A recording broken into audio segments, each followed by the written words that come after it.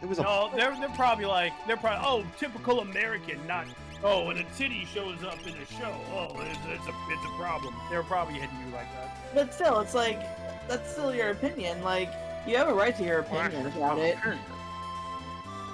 It's like my brain nowadays. I'm just like I appreciate the movie nowadays, but like back then, I'm like looking back at it now, and I'm like, I question my family and how they raised me now. Although I will say, if I'm going to see a movie, The Last Unicorn, the very last thing, or one of the last things I am probably gonna expect to see is a chest, are boobas. Yeah. Because the movie is called The Last Unicorn. Like, show me the unicorn, and then you show me some titties, and I'm like, I feel like I got duped. Also, the red I feel bull like was also terrifying. I'm not gonna lie. Yeah. I feel like I'm at a bit of a disadvantage with this question, considering how little of my childhood I actually remember. But like, yeah, I guess I could just go with the boring answer of the like Simba and Nala giving each other the fuck me eyes for like 5 minutes straight. It was only a few seconds. That is tame. That is very so fucking tame. That is but that's very tame. tame. That's tame. Because as a kid, you're like, you know, if we're talking on a scale of like the most adult thing from a cartoon you remember, I'm just like, it's got to be Can You Feel the Love Tonight? Yeah. That is literally some shit you realize when you're older, because as a kid, you look at that scene and you're like, oh, she's just smiling. Then as an adult, you look back at the scene and it's like, she gave him the fuck me eyes. She just gave him the fuck me eyes. Not only that, now when you really piece it together, that's how Kiara was made.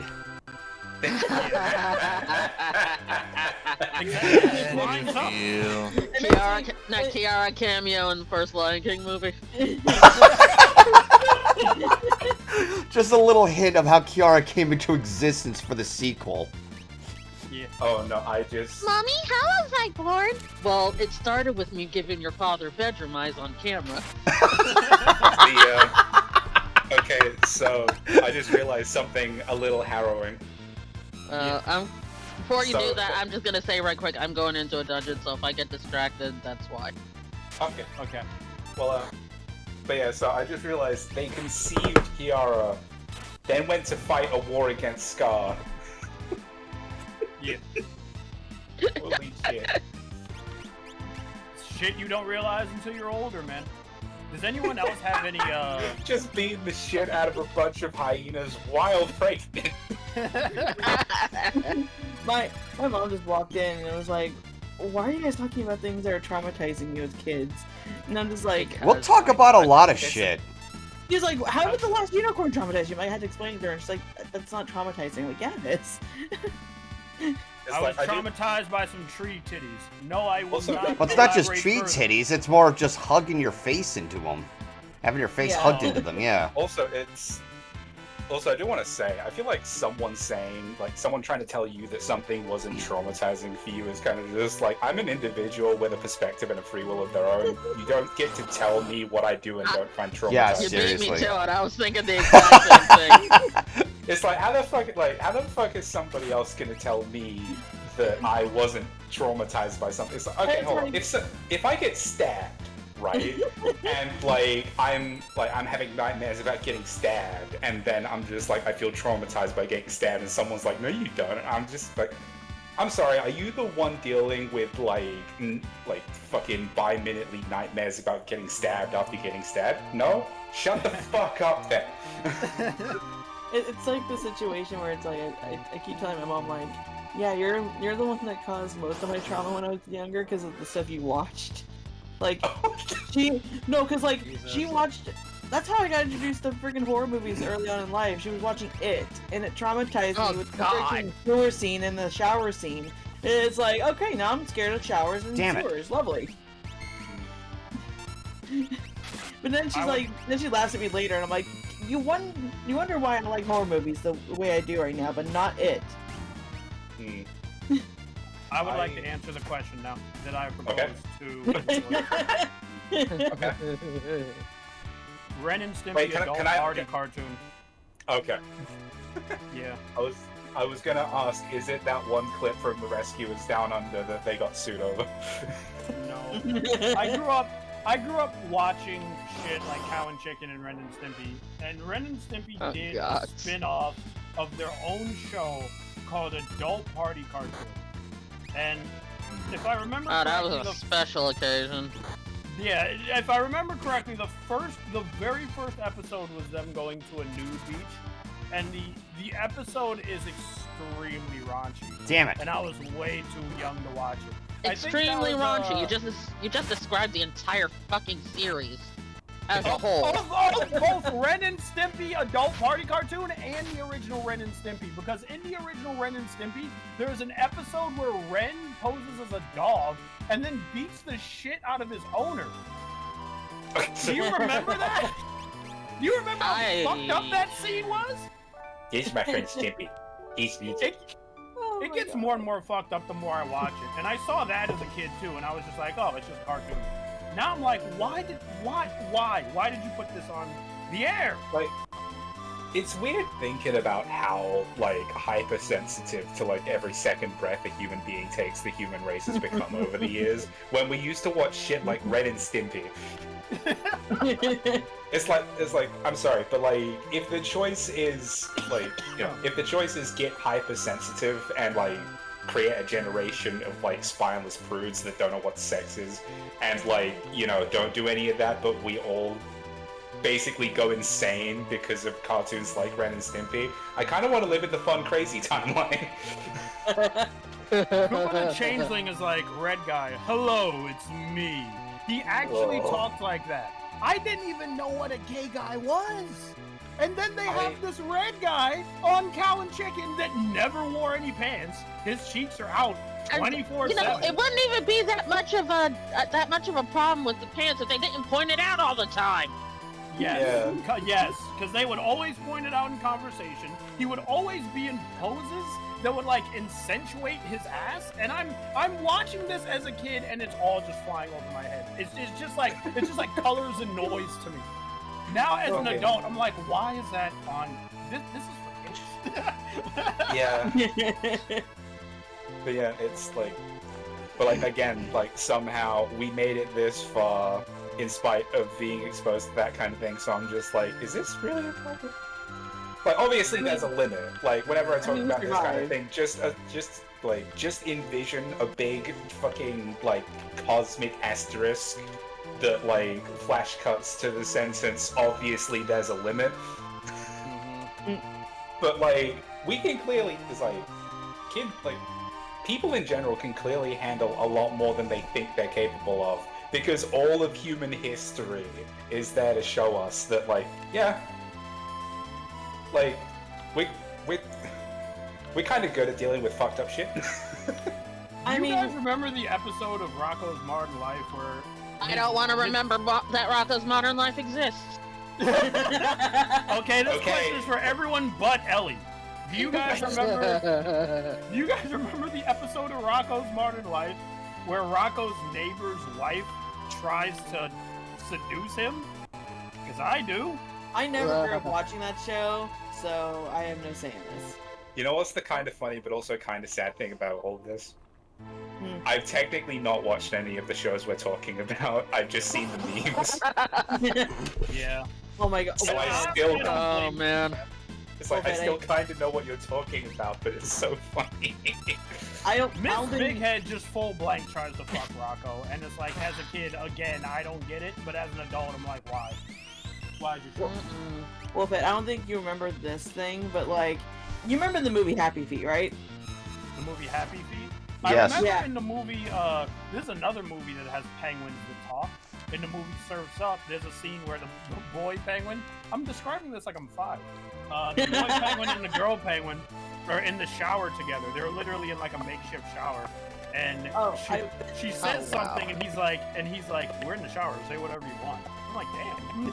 I was gonna mention the thing in Happy Feet that threw me off now that I'm older and I'm rewatching it for like nostalgia's sake and all that.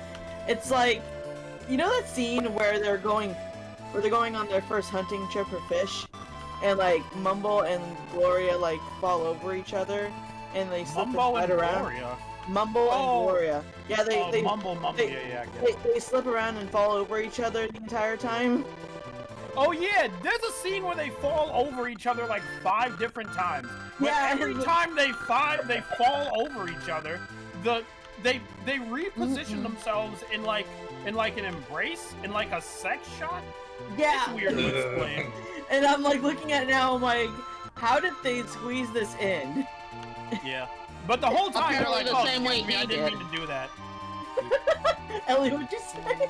Nothing. Also, I just want to say that, like, having learned some choice factoids about penguins, I'm not a massive fan of penguins anymore.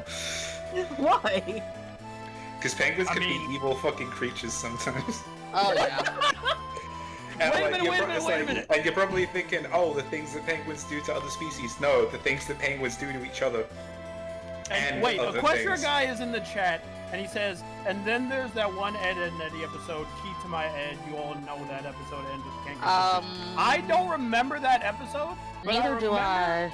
I remember a scene in one Ed and Eddie episode where it happens like in 5 seconds.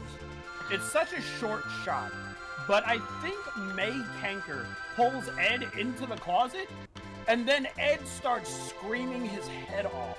Yeah, I I don't remember that know one. what she did to him, but he is definitely traumatized at whatever shit she pulled. I'm starting to wonder if Ed was always... We'll call him neurodivergent now. But, like, I'm starting to wonder if he was always like that, or if that was done to him. If you were asking if he just like fell on a coffee table when he was 2, and then he got up like that No, I'm asking if he was traumatized into being...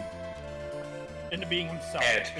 into being what we know him as 'Cause, like, today. It's strange, because, like, even before the Boomerang episode, there are random moments that you can catch if you're looking for them, where, like, Ed will just inexplicably sound more intelligent than Double D, but it still Yeah. sounds like Ed saying it. And I'm just sitting there like, okay, so, like, Are you a dumbass or happened not? it's like, my guy, what happened to you? Who did that? Sarah. It's probably Sarah. But who did this to you? Yeah. Oh Sarah my- kicking the shit out of Sarah her every was day. awful. I hated And she- her. Sarah? Like, Evil little kid. Yeah, Sarah was an evil and- little kid. Oh yeah, no, I remember. I always remember that. I forgot what the episode was, but it's when Ed has to like nicely do like a pie delivery, and what does Sarah do?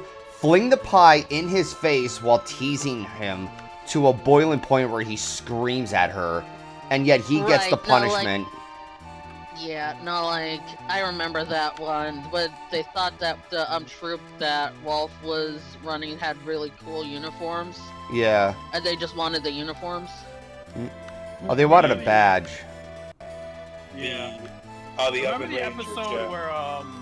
where this is what makes like Sarah getting her comeuppance so cathartic, because it's like, remember the episode where Ed, the whole punchline of That's the who I episode said, is Eddie. that Ed Yeah. is Okay. that Ed has a pebble in his shoe and he's That one, super I know. upset. Oh, Yeah, yeah, I remember that one. And so Yeah. the episode is new. We don't know why Ed is so pissed off, but he yells at Sarah and he just says, "So move!" And yeah, and yeah, God, that was... That was Shut the fuck hilarious. Yeah. yeah. It's hilarious understanding that the only reason anyone has any amount of confidence around Ed in any situation is because they think he's too dumb to ever bring them harm, but then it's kind of just like, oh no, he's actually fully capable of folding me like a paper swan. I should shut up now. This motherfucker could bend Juggernaut in half. Like- Yeah, Ed is really strong, like insanely strong. yeah. It's like every other scene is Eddie using Ed as like a blunt instrument against something. Yeah. When you really think about it, The it could whole- take just the whole- one bad day for Ed, and then like the entire neighborhood would be in utter shit. Yeah. Oh, yeah. I'm remembering how good a show Ed and Eddie was. They did slapstick really well.